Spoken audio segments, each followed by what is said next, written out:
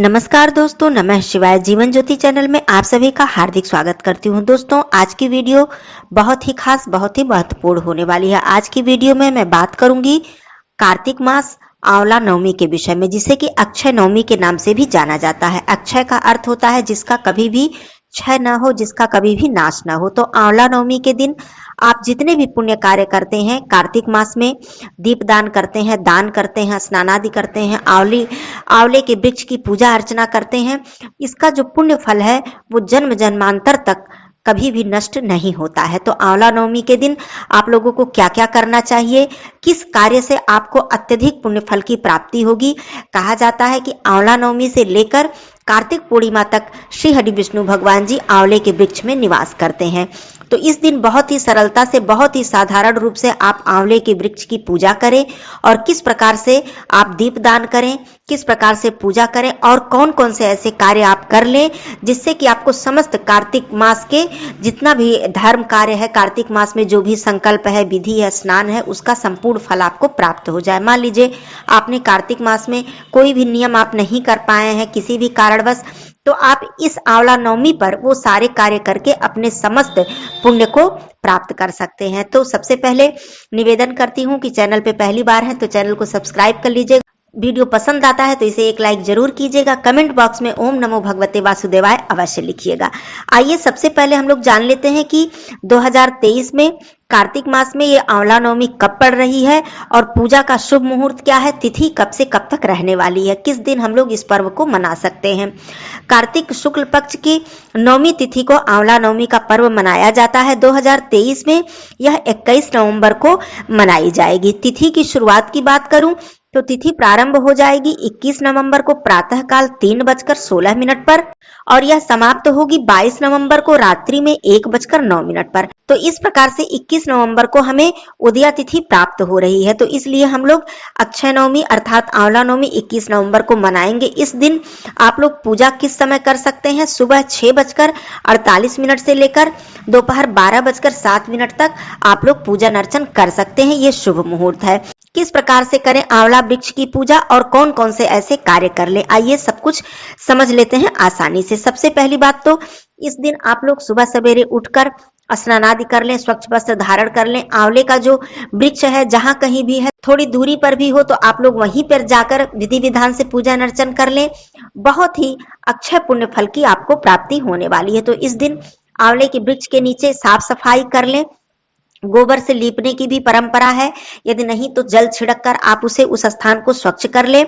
उसके बाद इस दिन सबसे पहले आप जल में दूध मिलाकर आंवले वृक्ष को जल अर्पित करें। जैसे कि हम लोग पीपल वृक्ष में जल देते हैं, उसी प्रकार से आप लोग अपना मुख पूर्व दिशा में करके और जल अर्पित करें। दूध डालकर आप लोग उसमें जल अर्पित कर सकते हैं या फिर केवल दूध से ही आंवले वृक्ष का आप सिंचन आप लोग कर सकते हैं। इससे बहुत ही पुण्य फल की प्राप्ति होती है। उसके बाद आप लोग आंवले वृक्ष की पूजन अर्चन करें, जिसमें कि श्री हरि नारायण का स्वरूप मानकर हम लोग आंवले वृक्ष की पूजा करते हैं। तो इसलिए अक्षत की जगह पर आप लोग सफेद तिल अर्पित कर सकते हैं, क्योंकि श्री हरि नारायण जी को चावल जो है, अक्षत जिसे कहते हैं, यह अर्पित नहीं किया जा सकता है। तो आप लोग तिल अर्पित कर सकते हैं। साथ में पीला पुष्प, पीला चंदन इत्यादि आप अर्पित करें और आंवले वृक्ष में आप कलावा बांधे। कलावा 7 बार, 5 बार, 11 बार लपेटे और इस दिन आंवले वृक्ष की परिक्रमा करना बहुत ही पुण्य फल को देने वाला बताया जाता है। जिस प्रकार से हम लोग पीपल वृक्ष की परिक्रमा करते हैं, उसी प्रकार से आप लोग 108 परिक्रमा, 51 परिक्रमा, 21 परिक्रमा, जैसा भी आप कर पाए, आंवले वृक्ष की परिक्रमा आप लोग अवश्य करें। उसके बाद इस दिन भगवान विष्णु जी का ध्यान करते हुए उनके मंत्रों का आप जप करें। आंवले के वृक्ष के नीचे आसन लगाकर बैठकर यदि आप श्री हरि विष्णु भगवान जी के मंत्र का जप करते हैं, ओम नमो भगवते वासुदेवाय, केवल इसी मंत्र का यह महामंत्र है, आप जप कर लेते हैं, एक माला या फिर अनगिनत बार आप जप कर लेते हैं, तो आपको कितना पुण्य फल प्राप्त होने वाला है इसको बताना भी असंभव है दोस्तों। तो जरूर कर लीजिएगा। दूसरी चीज, इस दिन दीपदान, जैसा कि आप सभी लोग जानते हैं पूरा कार्तिक मास दीपदान के लिए कितना ज्यादा महत्वपूर्ण है। तो मान लीजिए आपने पूरे कार्तिक मास में नहीं कुछ किया है, तो आप इस दिन आंवले वृक्ष के समक्ष चाहें तो आप 1 बाती का दीपक, 11 बाती का दीपक, 51 बाती का दीपक, 365 बाती का दीपक, जितना भी आपकी श्रद्धा हो, जितनी भी आपकी इच्छा हो, आप इस दिन तिल का तेल डालकर या फिर घी से आप दीप प्रज्वलित कर सकते हैं। इससे आपको अक्षय पुण्य की प्राप्ति होने वाली है। उसके बाद आप लोग इस दिन आंवले वृक्ष के नीचे भोग लगा सकते हैं मिष्ठान, फल इत्यादि का।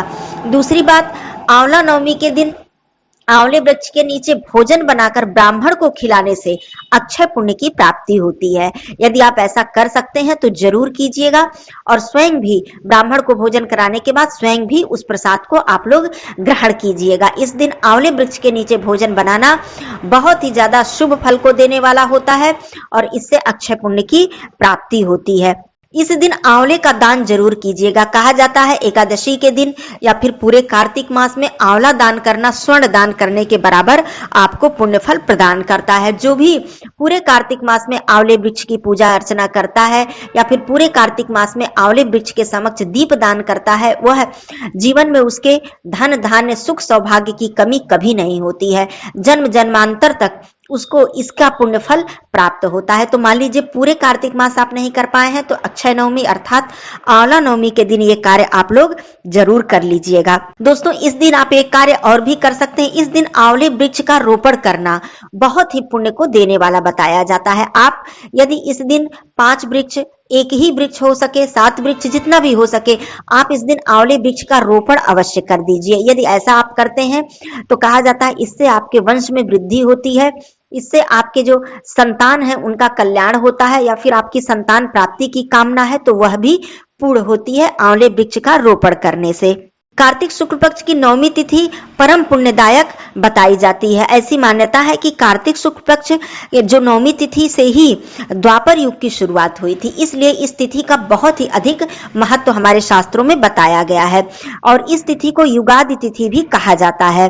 और इसी दिन श्री हरि विष्णु भगवान जी ने कूष्मांडक दैत्य का भी संहार किया था। इस आंवला नवमी से ही मथुरा और वृंदावन की कार्तिक मास की जो परिक्रमा होती है आंवला नवमी से ही प्रारंभ हो जाती है। तो यह भी बहुत ही पुण्य फल को देने वाली यह तिथि बताई जाती है। इस तिथि में पूरे कार्तिक मास में सभी लोग कल्पवास करते हैं, मथुरा वृंदावन में जाकर, अयोध्या में जाकर बहुत ही पुण्य कार्य करते हैं। जिसका जितना भी सामर्थ्य है, जितनी भी क्षमता है वो करते हैं। तीर्थ स्थानों में अपना समय व्यतीत करते हैं, गंगा स्नान करते हैं, दीप दान करते हैं। तो कम से कम मान लीजिए हम लोग तीर्थ स्थान पे इस समय नहीं जा पा रहे हैं, गंगा स्नान नहीं कर पा रहे हैं, तो दीप दान हम लोग जरूर करें और आंवले वृक्ष की पूजा अर्चना परिक्रमा अवश्य करें, भोग प्रसाद अर्पित करें और ब्राह्मण को भोजन इत्यादि जरूर कराएं। मान लीजिए आप आंवले के वृक्ष के नीचे भोजन बनाकर ब्राह्मण को नहीं खिला पा रहे हैं तो इस दिन अन्नदान जरूर करें। जैसे कि जो भोजन पूरा होता है, जिस तरह से हम लोग चावल, दाल, सब्जियां इत्यादि दान करते हैं, साथ में दक्षिणा देकर और साथ में उसके आंवला भी जरूर होना चाहिए। ये सब करके आप किसी ब्राह्मण को दान भी कर सकते हैं। अब बात आती है और क्या क्या आपको कर लेना चाहिए। आंवले वृक्ष की पूजा तो आपने कर ली, लेकिन इस दिन आंवला नवमी के दिन, अक्षय नवमी के दिन आपको और कहां कहां दीपदान करना चाहिए। इस दिन आप लोग 5 देव वृक्ष के समक्ष दीपदान अवश्य करें। मान लीजिए 5 देव वृक्ष आपको नहीं मिल पा रहे हैं तो जितने मिल पाए 5 देव वृक्ष कौन कौन से हैं, जैसे कि पीपल के समक्ष, बरगद के समक्ष, बिलो वृक्ष के समक्ष और आंवले के समक्ष तो आपको करना ही है, तुलसी माँ के समक्ष। तो ये 5 देव वृक्ष के समक्ष यदि आप दीपदान करते हैं तो इससे आपको असंख्य दीपदान करने का, जैसे कहा जाता है अश्वमेध यज्ञ करने के बराबर और करोड़ों गौदान करने के बराबर फल की आपको प्राप्ति होती है। कार्तिक मास दीपदान के लिए ही बहुत ही अधिक महत्वपूर्ण है। दूसरी चीज, इस दिन गंगा मैया के निमित्त आप लोग दीपदान अवश्य कीजिएगा। मान लीजिए आप गंगा तट पर नहीं जा सकते हैं तो आपके घर के आसपास नदी, तालाब, पवित्र पोखरा, सरोवर जो भी कुछ है आप वहां पे दीपदान करें। यदि ऐसा भी नहीं है तो मैं एक और भी उपाय बताती हूँ। आप घर पर ही गंगा मैया को दीपदान कर सकते हैं। एक किसी पात्र में सबसे पहले आप गंगा जल थोड़ा सा डालें, फिर उसमें जल डालें और पुष्प इत्यादि से गंगा मैया का पूजन करें। उसके बाद गंगा मैया के लिए एक दीपदान करें। वहीं पर उसी पात्र के पास आप एक दीप प्रज्वलित करें, घी का दीपक हो या तिल के तेल का दीपक हो, प्रज्वलित कर गंगा मैया का स्मरण करते हुए आप उन्हें दीपदान समर्पित करें और गंगा मैया से प्रार्थना करें, हे मां गंगा, मेरे इस दीपदान को आप स्वीकार कीजिए। इस दिन आप जरूर ये काम करिएगा। और दूसरी चीज, आप इस दिन आकाश दीपदान अवश्य कीजिएगा। आकाश में दीपदान खुले स्थान पर किया जाता है। आकाश में स्थित सभी देवी देवताओं का स्मरण करके, पितरों का स्मरण करके उनको दीपदान किया जाता है। दीपक के नीचे कुछ अनाज अर्थात आसन अवश्य दिया जाता है। ऐसा करके आप आकाश दीपदान कर दीजिएगा, किसी मंदिर में दीपदान कर दीजिएगा। कहने का मतलब जितना आप कर सकें, जितना आपसे हो सके, जितनी बाती का दीपदान आप कर सकें, आप लोग इस दिन जरूर कीजिएगा। दान, दीपदान, स्नान, ये कार्तिक मास के लिए बहुत ही ज्यादा महत्वपूर्ण कार्य होते हैं। इसमें आपको श्री हरि नारायण जी और मां लक्ष्मी जी की साक्षात कृपा आपके ऊपर सदा ही बनी रहती है। कहा जाता है जहां नारायण की पूजा होती है वहां मां लक्ष्मी जी स्वतः ही विराजमान हो जाती हैं। आपको अलग से मां लक्ष्मी जी को बुलाने की भी आवश्यकता नहीं पड़ती है। तो इस दिन यदि आप आंवले वृक्ष की पूजा करते हैं जिसमें कि साक्षात भगवान विष्णु जी वास करते हैं, तो आपको श्री हरि नारायण जी के साथ साथ मां लक्ष्मी जी की भी असीम कृपा प्राप्त होने वाली है। तो आंवला नवमी के दिन ये सारे कार्य अवश्य कर लीजिएगा, जिससे कि आपको अक्षय पुण्य फल की प्राप्ति हो। और कार्तिक मास में जो भी कार्य आपका अधूरा रह गया है अभी तक का, अर्थात जब से कार्तिक मास शुरू हुआ है तब से आपने यदि कुछ भी नहीं आप कर पाए हैं तो ये कार्य जरूर कर लीजिएगा। फिर आगे बहुत ही पवित्र शुभ तिथियां आ रही हैं। आगे मैं और भी एकादशी, पूर्णिमा इत्यादि पर वीडियो लेकर आऊंगी। आप लोग जितना भी कर सकें अवश्य ही इस कार्तिक मास में पुण्य को प्राप्त। फिर मिलती हूं अगले वीडियो में, तब तक के लिए धन्यवाद। नमः शिवाय। हर हर महादेव।